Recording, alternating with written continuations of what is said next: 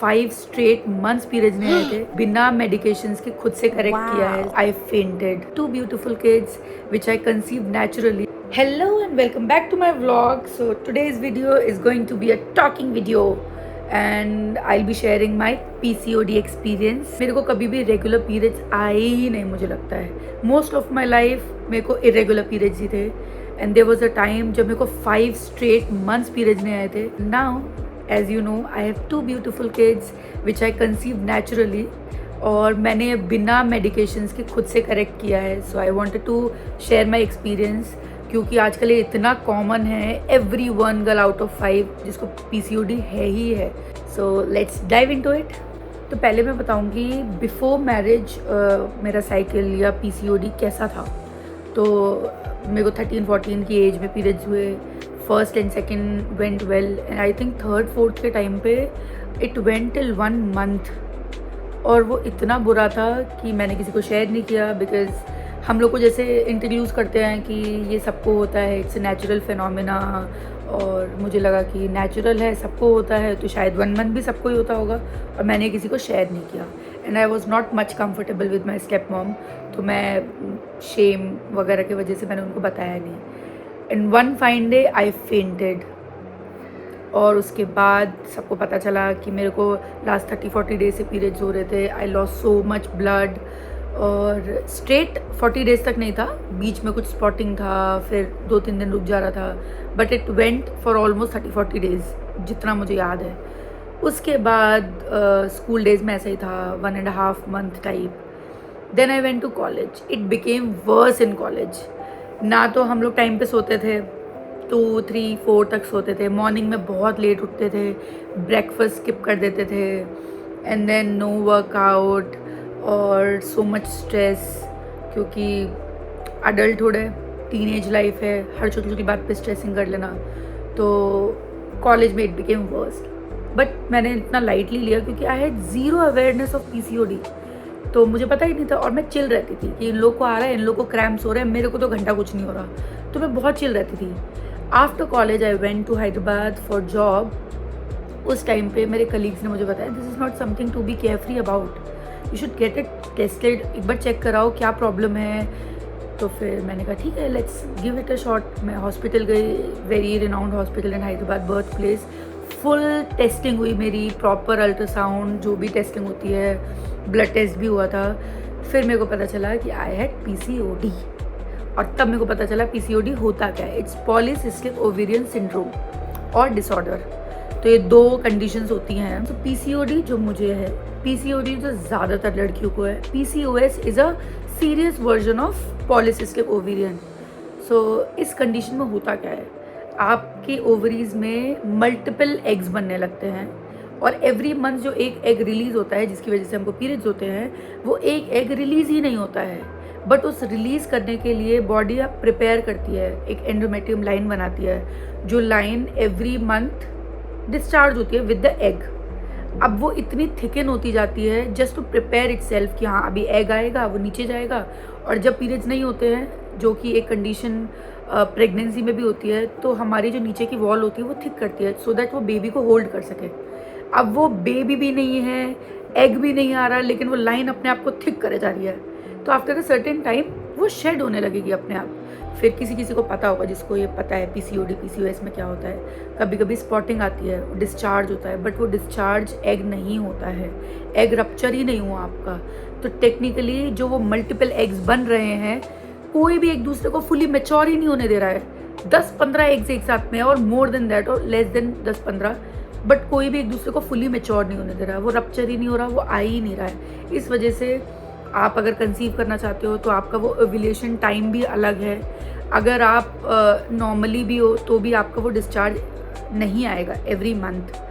तो टेक्निकली वो एग्स बनते रहते हैं, कोई भी फुली मैच्योर नहीं होता. यहाँ पर लाइनिंग भी बनती रहती है, ब्लड भी शेड होता है, एग भी नहीं आता है, मैच्योर भी नहीं होता.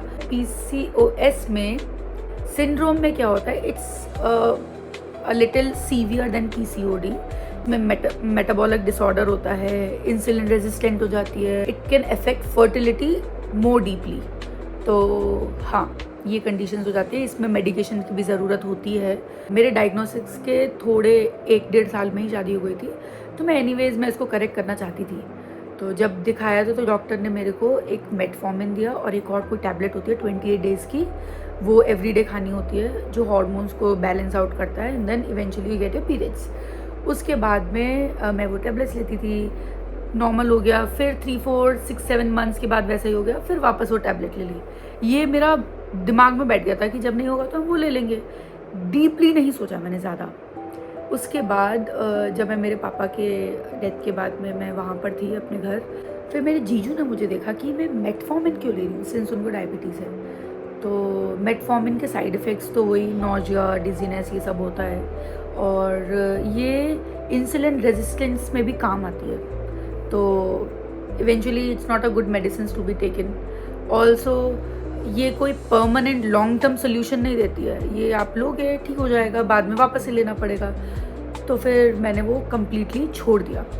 फिर मेरे को लगा कि इसका कुछ तो उपाय होगा। I studied about it. फिर मेरे को पता चला कि इसमें आपको अपना लाइफस्टाइल इम्प्रूव करना होता है, स्लीप पैटर्न सही करना होता है, और नो जंक पे जाना होता है। एंड आपका BMI अगर बहुत ज़्यादा है तो आपको अपने BMI रेंज में रहना होगा। First I started doing workout twice a day. Morning में मैं कल्ट फिट में HRX जाती थी, इवनिंग में मैं डांस क्लास जाती थी। थ्रू आउट कोविड में बहुत जंक ईटिंग करती थी, तो पूरा जंक कट कर दिया था। लेट नाइट मंचिंग बिल्कुल भी नहीं करती थी। एक प्रॉपर साइकिल रूटीन फॉलो कर रही थी मैं। टाइम पे उठना, टाइम पे सोना, जंक नहीं खाना, सुबह वर्कआउट, शाम में वर्कआउट, एंड ये तीनों चीज़ों के बाद एक फोर्थ चीज़ मैं करती थी।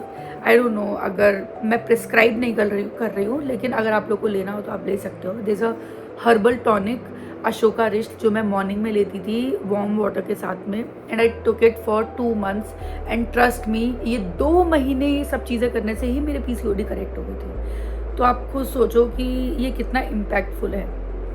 और इन सब में एक बहुत ही इम्पॉर्टेंट चीज़ है, which is stress management. Over thinking, ये सब चीज़ों का कोई सोल्यूशन नहीं है, आई नो, बट आप जिस भी चीज़ पे ओवर थिंक कर रहे हो, स्ट्रेस आउट कर रहे हो, वो चीज़ आज नहीं तो कल रिजॉल्व हो जाएगी। बट जो रिजॉल्व नहीं होगा, जो रिवर्स नहीं होगा, आपकी मेंटल हेल्थ, आपकी जो ये कंडीशंस आप इनहेरिट कर रहे हो स्ट्रेस की वजह से, वो कभी ठीक नहीं होगी। तो I think this is the time to take care of yourself. आपकी mental health, physical health, it's equally important. Start doing some meditation, क्योंकि मेरे को मेडिटेशन इतना खास नहीं लगता। मेरे को तो लाउड चीज़ें करना पसंद है, मे बी एक्सरसाइज, डांस, तो मुझे वो अच्छा लगता है। आपको जो अच्छा लगता होगा आप वो करो। And then we moved into a new house, जो मैंने सोचा था कि अपने घर के बाद में ही मुझे बेबी प्लान करना है। तो हम लोगों ने जब प्लान किया, and it took me just 2 months to conceive, and second born मेरी अनप्लान थी, विच शोज़ कि my body is responding to what I am doing. Now comes to post pregnancy. Post pregnancy मेरे को delivery के 14 months के बाद first periods आया था, मेरे फर्स्ट बॉर्न के बाद, एंड सेकेंड बॉर्न के बाद सो फार मुझे नहीं आया है, एंड इट्स अगेन 14 मंथ्स ही है। तो डॉक्टर्स बोलते हैं कि 1 ईयर तक अगर नहीं आ रहा है तो it's okay, since I was breast feeding, तो ब्रेस्ट फीडिंग में भी हार्मोन्स थोड़े ऊपर नीचे होते हैं, तो दैट्स टोटली फाइन। 1 ईयर तक नहीं आए। तो वेद के टाइम पे आई स्टार्टेड स्विमिंग, थोड़ा वर्कआउट किया था, हेल्दी लाइफस्टाइल पे गई थी, and eventually my body responded to what I was doing, तो मेरे को पीरियड्स हो गए। एंड टचवुड इस बार भी ऐसा ही होगा, क्योंकि मैंने आपको बताया था अपने पिछले व्लॉग में कि मैं वर्कआउट कर रही हूँ, मैं हेल्दी लाइफस्टाइल फोकस कर रही हूँ, and I know my body will respond to it, so fingers crossed. So final message to all the girls suffering from PCOD और PCOS. PCOD is not the end of the world, it's not the end of the fertility. Please don't ignore the signs your body is giving to you, or if you have irregular periods like me, और मैं जैसे ignore कर रही थी, वो मत। Fix your lifestyle, start early, be consistent, and it is the key, trust me. Also share it to your friends or family who has same condition but are unaware of PCOD or PCOS.